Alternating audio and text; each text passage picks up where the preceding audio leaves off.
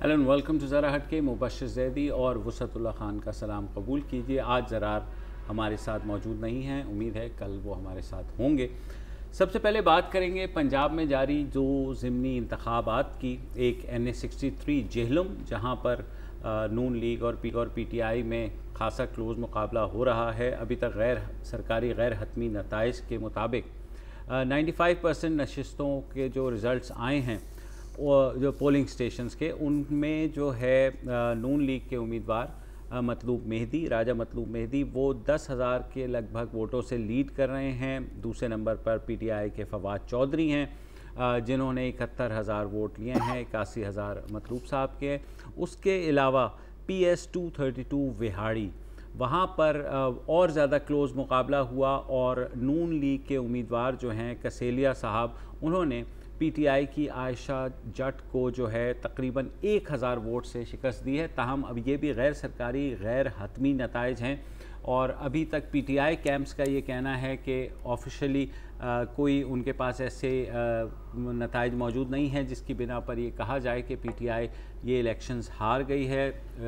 जो हमारे रिपोर्टर्स खबर दे रहे हैं उनके मुताबिक ये है कि PS 232 का नतीजा ऑलमोस्ट फाइनलाइज्ड है, जबकि जेलों में अभी कोई तकरीबन 9 पोलिंग स्टेशन के नताइज बाकी रह गए हैं और फ़र्क जेलों में बहरहाल 10,000 का है। सबसे जो इसमें अहम बात यह है कि हमने जो गुज़िश्ता ज़िमनी इंतखाबात देखे थे उसमें PTI की जो पोजीशन थी वो खासी कमज़ोर नज़र आई, लेकिन ये पहला इशारा है कम अज़ कम के इन दो ज़िमनी इंतखाबात में, क्योंकि अमूमन जब ज़िमनी इंतखाब होते हैं तो लोगों का इंटरेस्ट भी ज़्यादा नहीं होता, लोगों का जो है ज़ाहिर है जब पार्टिसिपेशन नहीं होती तो कहा यही जाता है कि जिसकी वहाँ जो भी वहाँ की हुक्मरान जमात होती है वो अमूमन मैदान मार लेती है। इन दोनों केसेस में भी कमोबेश यही हुआ है, लेकिन PTI की शोइंग बहुत इम्प्रेसिव, बहुत अच्छी है, बहुत अच्छी है। यानी शिकस्त-ए-खाना बिल्कुल कम से कम ये कहा जाता है नेक टू नेक। और PS 232 में 1000 वोटों का तो कोई डिफरेंस जो है, हालांकि रिवायती तौर पे जेहलम और विहाड़ी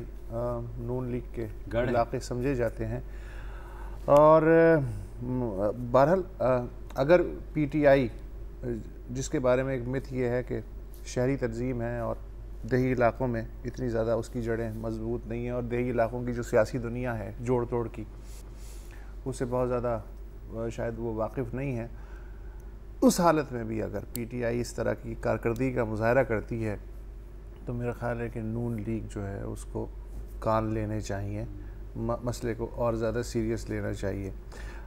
मुझे लगता है वोटर भी ज़्यादा सियाना हो गया है पहले से, जो कि कम अज़ कम मेरे हिसाब से बहुत ही खुशाइन बात है। उस सियाने वोटर की एक मिसाल जो है वो पिंड दादन खान का जो गांव है लंगर, जी, उसके तकरीबन बताए जाते हैं 1300 वोट। बिल्कुल उन्होंने फैसला किया कि जी भी हो, ये सारे जो हैं ये चोले बदल बदल के आते हैं, हमसे वादे करते हैं, आसमान से तारे तोड़ के लाते हैं, पैरों में भी हाथ रख देते हैं, लेकिन उसके बाद हमें इनके पैरों में हाथ रखने पड़ते हैं, पीछे पीछे घूमना पड़ता है। तो उन्होंने इस दफ़ा फैसला किया कि भाई साहब कुछ भी है हम वोट नहीं डालेंगे। बिल्कुल। तो 1300 के लगभग बताया जा रहा है कि लंगर गांव और आसपास के जो उन्होंने फैसला किया कि वोट वो नहीं देंगे और वो नहीं गए और उन्होंने नहीं दिए। अब हुक्मरान पार्टी चूँकि नून लीग है, लिहाजा ये नून लीग पे एक स्वाद है कि उसके लोग भी अगर नहीं इन वोटरों को टस से मस करवा पाए तो इसका मतलब है समथिंग इज़ फिशी देयर। मेरी गांव में बात भी हुई एक साहब से, तो उनका ये कहना था कि इतना हमारा स्ट्रॉन्ग रिजॉल्व था कि जो कैंडिडेट्स थे उनकी भी हिम्मत नहीं पड़ी कि वो हमारे गांव आएँ। हाँ। और आज इलेक्शंस में भी पोलिंग एजेंट्स तक वहाँ नहीं गए, क्योंकि जाहिर है वो कह रहे कि ज़रा सा गांव से दूर था पोलिंग स्टेशन और तालाब बीच में आता था जिसमें से उन्हें गुजर के जाना पड़ता था कच्चे में से। हाँ नहीं वो ठीक है कि लोड शेडिंग मियाँ साहब ने कहा जैसे परसों नहीं आज भी आया, नहीं 2018 में लोड शेडिंग हिस्ट्री हो जाएगी, CPEC भी बन जाएगा। लेकिन भाई ये जो नीचे के काम है ना लंगर पे, इन लोगों को CPEC और इस तरह की जो बड़ी चीज़ें हैं और मोटरवेज N1 N5 N240,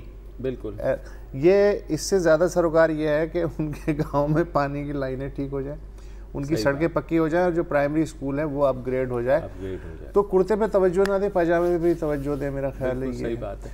अच्छा, और पीटीआई जो है वो इलेक्शन तो बड़ा उन्होंने टफ किया, लेकिन मुझे लगता है कि जब वो अदालतों में जाते हैं ना, हालांकि अच्छे अच्छे वकील भी होते हैं उनके पास, लेकिन वो भी उनके काम नहीं आते। मसलन नईम बुखारी साहब क्या ज़बरदस्त किस्म के वकील हैं, जिनकी वजह से जो लॉयर्स मूवमेंट जो कि पाबंद सलासल हुए, इफ्तिखार चौधरी साहब फॉर नज़रबंद हुए और उनको हटा दिया गया मुशर्रफ ने इमरजेंसी के उसमें ये इन्होंने ही ख़त लिखा था बेसिकली। हाँ नहीं वो तो है, लेकिन नई बुखारी पीटीआई के वकील हैं नवाज शरीफ को नाअहल करार देने के लिए, और हामिद खान जो है वो तो है ही। तो इन्होंने इमरान खान की जानिब से जो सुप्रीम कोर्ट में पिटीशन दायर की थी, कल उनके जो रजिस्ट्रार थे सुप्रीम कोर्ट के, उन्होंने उस पर जो है 5 एक्शन लगा के उन्हें वापस कर दी कि भाई साहब ये जो पिटीशन है किसी बेहतर ड्राफ्टमैन से जो है तैयार कर आए हैं आप लोग, इसलिए कि ये गैर संजीदा और फजूल फ्रिवलेस का उन्होंने लफ्ज़ इस्तेमाल किया रजिस्ट्रार ने। अब मुझे नहीं मालूम कि अगर इतने बड़े बड़े वकीलों की जो पिटीशन है, ज़ाहिर है उन्होंने कोई धूप में तो बाल काले नहीं किए। मैं रहीम बुखारी साहब के बारे में कह सकता हूँ। मेरा तो ये क्या वजह हुई होगी? मुझे तो ये था कि इनको उसी वक्त कान ले लेने चाहिए थे जब एक दिन पहले जमात इस्लामी की पिटीशन रिजेक्ट हुई। जमात इस्लामी के पास भी कम तगड़े लॉयर्स नहीं होते। हाँ। जब वो हुई तो मैंने जो वहाँ के हमारे रिपोर्टर्स भी हैं उनसे बात की, इनके लॉयर से भी बात की, कहा कि ये इंडिकेशन है कि जमात इस्लामी की जिस तरह सुप्रीम कोर्ट ने उठा के फेंकी है पिटीशन और उसे भी फ्रिवलेस ही कहा है कि फजूल है, लोकल स्टैंडर्ड नहीं है, सबूत नहीं है, उसी तरह आपके साथ तो नहीं होगा। उन्हें कहा नहीं जी, हमने बड़ी रिसर्च की है। हाँ। और हमने जो बड़ी ऐसी तगड़ी बनाई है कि मतलब अदालत आलिया जो है ना वो बस, लेकिन अदालत आलिया का मूड जो है ना कम से कम पनामा लीक्स के मामले में वो मई से ही ख़राब चल रहा है फुल। बिल्कुल 13 मई को उन्होंने हुकूमत की जानिब से जो कमीशन बनाने की एक दरख्वास्त थी कि जी 1956 का जो एक्ट है, इंक्वायरी एक्ट, उसके तहत एक कमीशन बना दिया जाए, वो भी उन्होंने यूँ करके दे मारी थी। ठीक है, और उन्होंने कहा था कि जी टर्म्स ऑफ रेफरेंस जो है अगर जिस तरह के हमें पेश किए गए नॉन सीरियस हैं, इस पे अगर हम लग गए ट्रक की बत्ती के पीछे तो कई 100 साल लग जाएंगे इन टर्म्स ऑफ रेफरेंस में। उसके बाद से आज तक हुकूमत और हिज़्ब इख्तिलाफ टर्म्स ऑफ रेफरेंस नहीं बना सकी। उसके बाद जमात इस्लामी की दरख्वास्त वो रिजेक्ट की सुप्रीम कोर्ट ने, अब इमरान खान की जानिब से दरख्वास्त रिजेक्ट कर दी है। तो इस पे बजाय इसके कि एक बड़ा मज़ेदार तबसरा है, इसाक खाकवानी जो है पीटीआई के रहनुमा उन्होंने ये कहा कि जनाब ये जो हमारी दरख्वास्त रिजेक्ट की गई है, इतने दिग्गज वकला ने हमारी तरफ से दायर की, तो ये जो रजिस्ट्रार साहब हैं जिन्होंने ये दरख्वास्त पे ऑब्जेक्शन लगाए हैं, ये बदनीयती में मबनी है और गैर आइनी हरकत है रजिस्ट्रार की। और उन्हें शायद ये नहीं पता कि रजिस्ट्रार का जो ओहदा है वो हाई कोर्ट के जज के बराबर होता है। बिल्कुल। और जो है रजिस्ट्रार जो है उसको लीगल नो हाउ होती है। अब अगर इस तरह के एटीट्यूड के साथ तहरीक अदालत का दरवाज़ा खटखटाना चाहती है तो आप अंदाज़ा लगा लें कि अंदर से क्या जवाब आ सकता है। सही बात। तो दूसरी मुझे पनामा की आपने बात की, ये जो दोनों नताइज आए हैं जिसमें ज़ाहिर है जीती तो नून लीग ही है, लेकिन बड़े ही एक नैरो मार्जिन से, तो आपको लगता है कि पनामा की वजह से ये कुछ हुआ है या ये है कि उसकी कोई और मैं आऊँगा लंगर गांव की तरफ। जी जी, अगर ऐसा होता ना, उन 1300 में से कहते यार ऐसा है कि पनामा लीग्स का जब तक फैसला नहीं हो जाता ना तो हम वोट नहीं देंगे। उन्होंने ऐसी कोई बात नहीं की है। उन्होंने कहा जी सड़क नहीं है, पानी नहीं है, बिजली नहीं है। मुझे लगता है कि जो लोकल जो पॉलिटिक्स है उसने खासा अहम किरदार अदा किया है। और ऊपर पहाड़ की तरफ ज़रूर देखना चाहिए मियाँ साहब को कि हिमालय जो है उन्होंने जो सर करना है अगले 2.5 साल में, लेकिन नीचे जो झाड़ियाँ अटकी हुई है ना कमीज़ों से और शलवारों से, उनकी तरफ भी तवज्जो करनी चाहिए। लेकिन NA63 में तो हमारा भाई एंकर भी है वहाँ पे। कौन? फवाद चौधरी जो PTI के ज़ाहिर है। तो ये एंकर तो नहीं हारते सर कभी? नहीं, एंकर नहीं हारते। और फवाद चौधरी ने मेरा ख्याल है बहुत अच्छी फाइट दी। 71,000 वोट जो हैं जेहलम जैसे इलाके में। अच्छा, लेकिन ज़ाहिर है उनका वहाँ से ताल्लुक़ भी है जेहलम से, और उनकी एक सारी जो है लेगेसी भी है कि उनके जो ख़ानदान, मेरा ख्याल है उन्होंने मुश्ताक मिन्हाज से उन्होंने दम पकड़ा उनकी मिसाल से, जो आज़ाद कश्मीर में वो जीते ना, तो फवाद ने शायद। लेकिन फवाद की वजह शोहरत जो है, कानून ज़्यादा है, एंकरे तो वो ऐसे ही पार्ट टाइम करते हैं। नहीं सर, फुल टाइम करते हैं। क्या हो गया, कानूनदान उनके भाई हैं, वो मैं तो जानता हूँ इनको। लेकिन फवाद चौधरी का ये कि खासी पार्टियाँ उन्होंने चेंज करके तब्दीली लाते लाते वो जो है ना तब्दील होके, मगर आज जो उन्होंने वोट हासिल लेकिन आज तो मुकाबला दिले नातवा ने खूब किया। उम्मीद है 2018 में और बेहतर करेंगे। फिलहाल वक्फा लेते हैं और वक्फे के बाद दोबारा हाजिर होते हैं।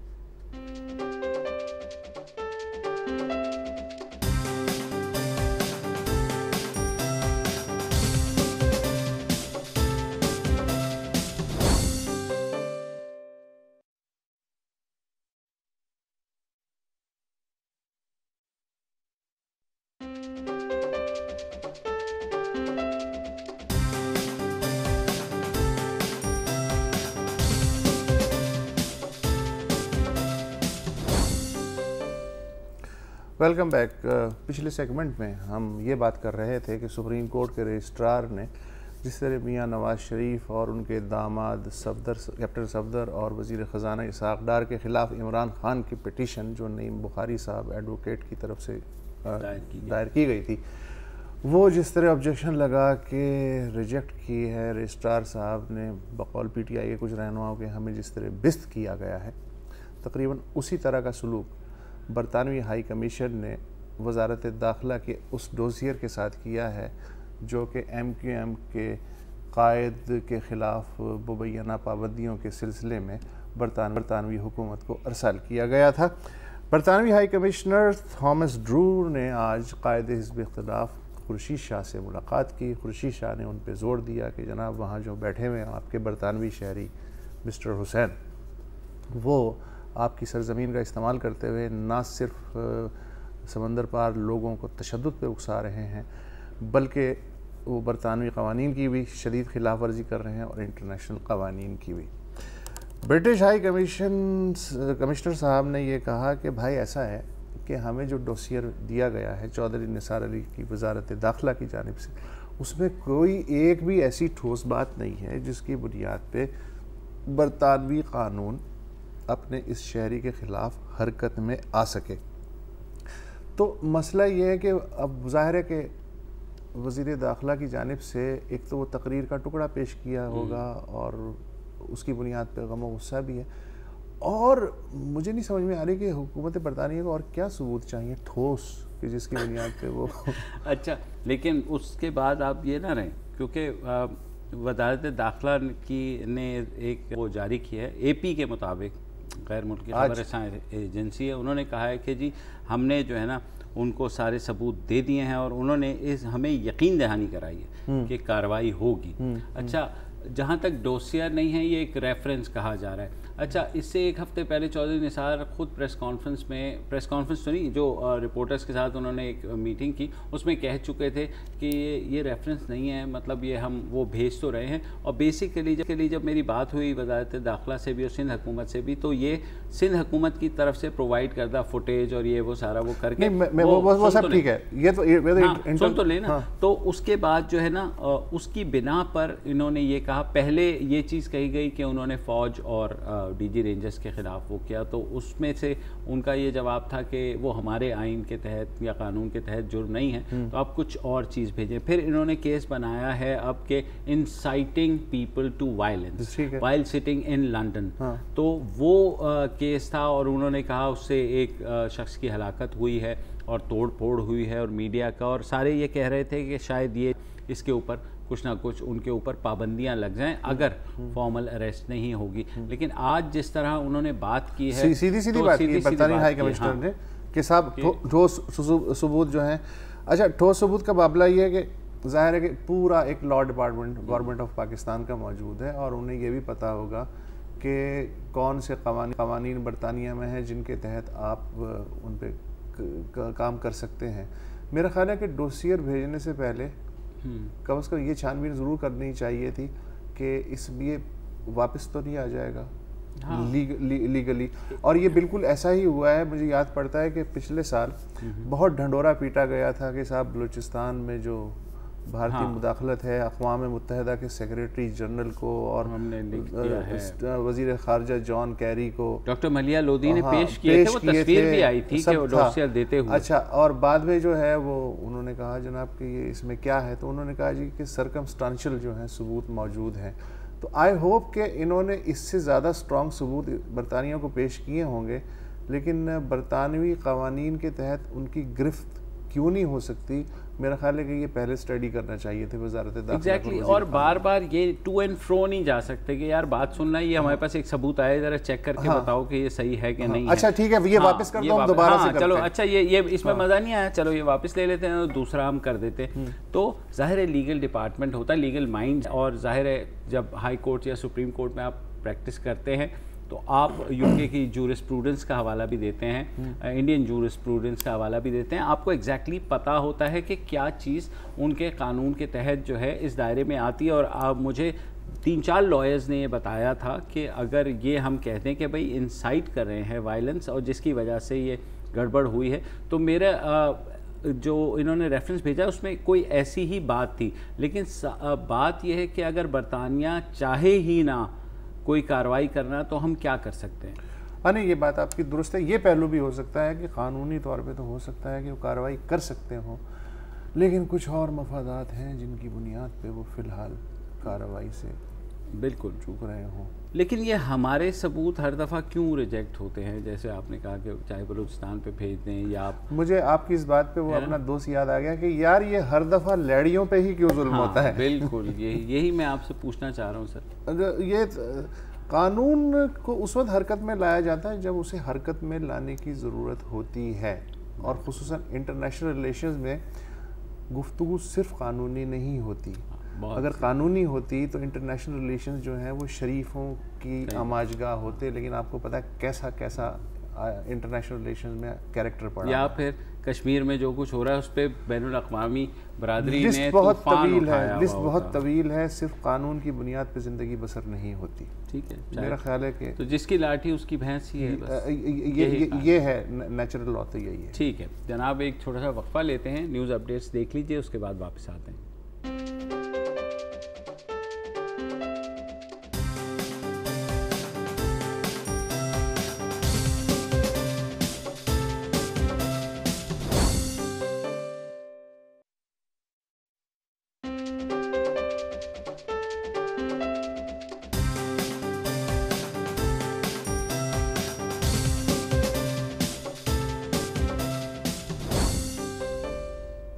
Welcome back. आज कराची में बिलाखिर फिर एपेक्स कमेटी बैठ गई, जिसमें ज़ाहिर core commander Karachi, DG rangers, वज़ीर आला सिंध मुराद अली शाह, ये दो हवालों से जो है इम्पॉर्टेंट थी। एक तो ये पहली एपेक्स कमेटी थी कि जो 22 अगस्त के वाक़यात के बाद, जब मुत्तहिदा के कायद की एक तकरीर के बाद जो तूफ़ान उठा, उसके बाद ये पहली एपेक्स कमेटी थी। तो ख्याल यही था कि इसमें ये ज़रूर डिसाइड होगा कि 9-0 कब खोलना है या नहीं खोलना है, बाकी सूरत हाल क्या होगी, फ़ारूक सत्तार साहब को सिक्योरिटी चाहिए, वो कौन प्रोवाइड करेगा, और उसके अलावा भी बाकी ऐसे मामला थे। लेकिन माशाल्लाह इसमें से कोई भी बात नहीं हुई।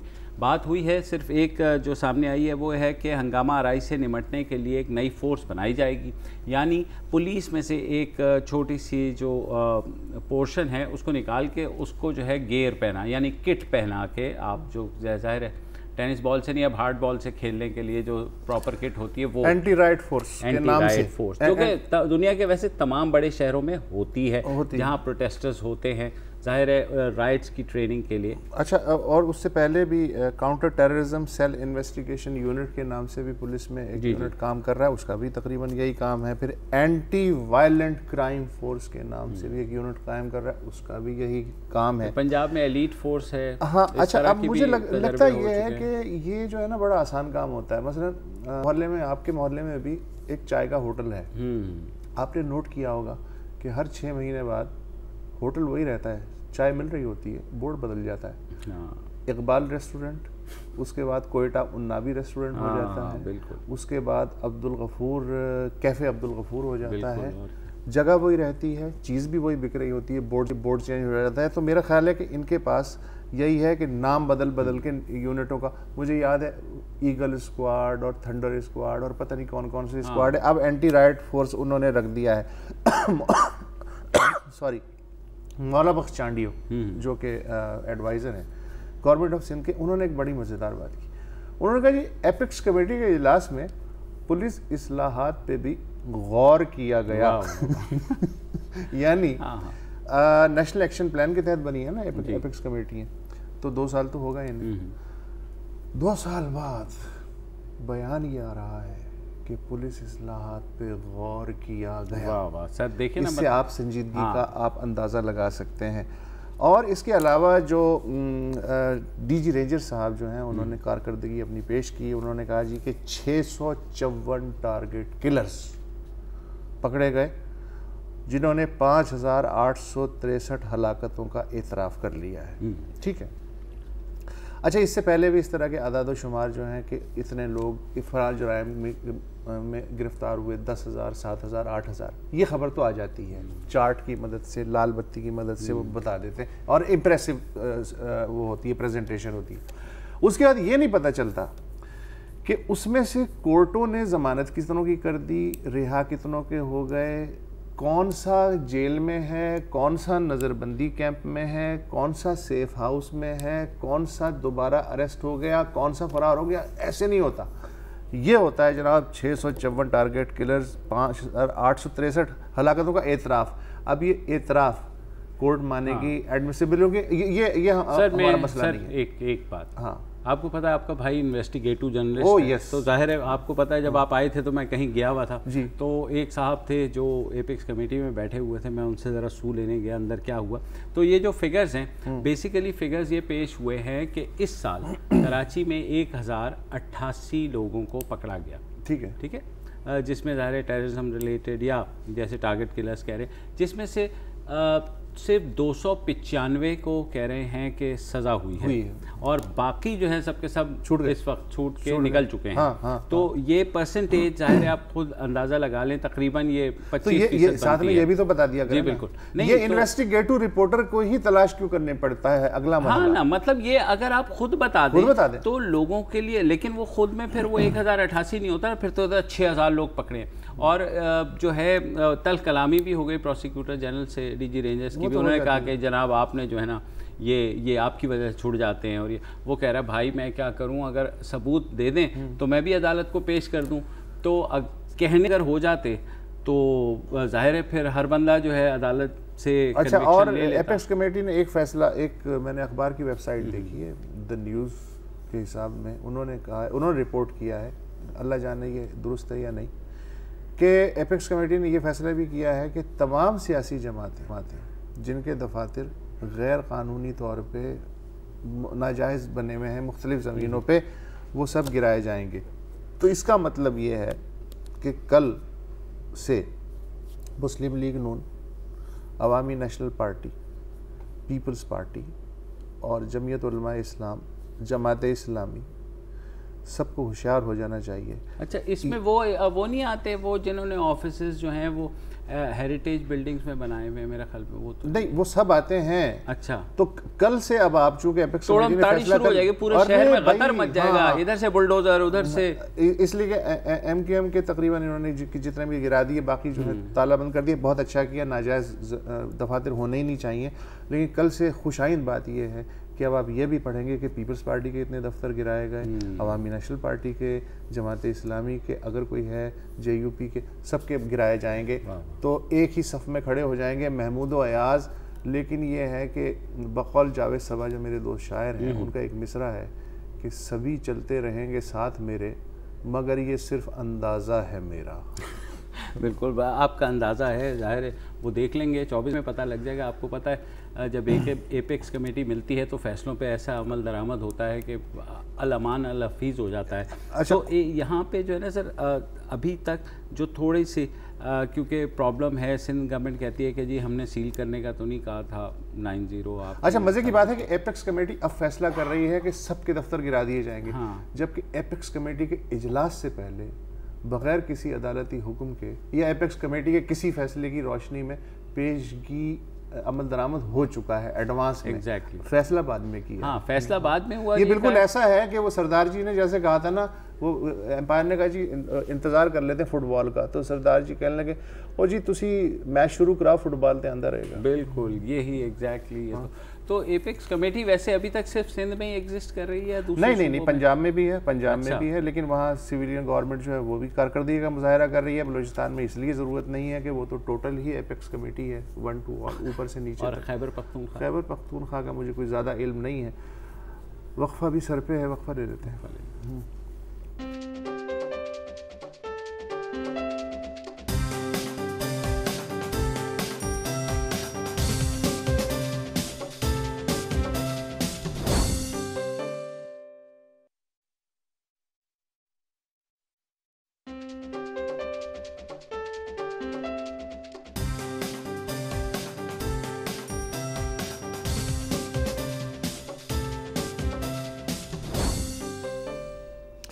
Welcome back. अब से कोई 28 साल पहले जुलाई 1988 की बात है कि एक ईरानी मुसाफिर बरदार तैयारा आबादान से टेक ऑफ करता है और खलीज फ़ारस में एक अमरीकी जहाज़ था विंसेंट, उसको कोई गलत फहमी हो जाती है, वो मिज़ाइल फायर करता है। ईरानी तैयारा जिसमें तकरीबन 290 लोग सवार थे वो समुंदर में गिर पड़ता है, सब के सब हलाक हो जाते हैं। उसके बाद इराक़ ईरान जंग बंद हो जाती है, लेकिन ईरानी 28 साल गुजरने के बावजूद इस वाक़े को नहीं भूले और इसके लिए उन्होंने इसे याद रखने के लिए हाल ही में एक मुख्तसर सी 8 मिनट की एक फ़िल्म बनाई। एक इदारा है सूरा फिल्म क्लब, जिसे कि सरकारी हिमायत भी हासिल है। तकरीबन $4 लाख की लागत से उन्होंने 8 मिनट की एक फ़िल्म बनाई। इस पे ले दे भी हुई, लेकिन बात इस ले दे पे हम बाद में करेंगे। पहले आप ये फ़िल्म जो है इसका जिस्ट मुलाजा कीजिए।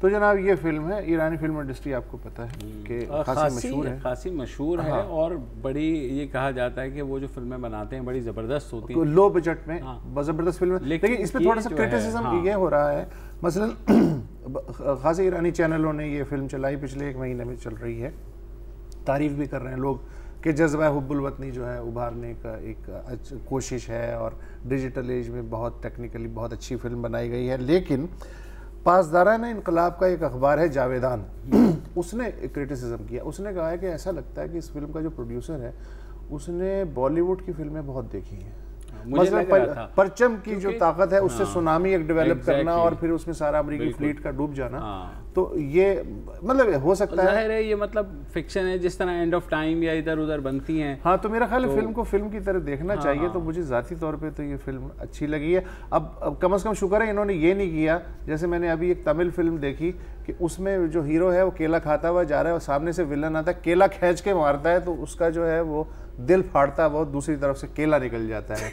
या सुल्तान राही साहब जो है मरहूम, वो कलाबाजियां खाते हैं, विलन की गोलियां हाथ से रोक के वापस उसकी तरफ फेंक देते थे। तो ये तो नहीं, अगर हमारे यहाँ बनती तो जो भी पंजाबी फिल्म का हीरो होता वो तो गंडासे से ही फारिग कर देता। उस लिहाज से मैं समझता हूँ एक जज्बा हुब्बुल वतनी के हिसाब से एक टेक्निक इस्तेमाल की और फिल्म में जब तक आप चीज़ों को एग्जेजरेट ना करें बात बनती ये नहीं। फिर भी थोड़ा मसाला तेज हो गया, मसाला तेज हो गया। चले आप बनाइएगा तो इसमें थोड़ा सा हल्का कर लीजिएगा। ठीक है सर, मैं ए वतन के सजीले जवानों डाल लीजिएगा। ठीक है, मैं डाल लूँ। ठीक, इजाज़त ले लें। तो जनाब इजाज़त दीजिए, कल दोबारा मिलेंगे। उम्मीद है ज़रार हमारे साथ होंगे। इजाज़त दीजिए, अल्लाह हाफ़िज़।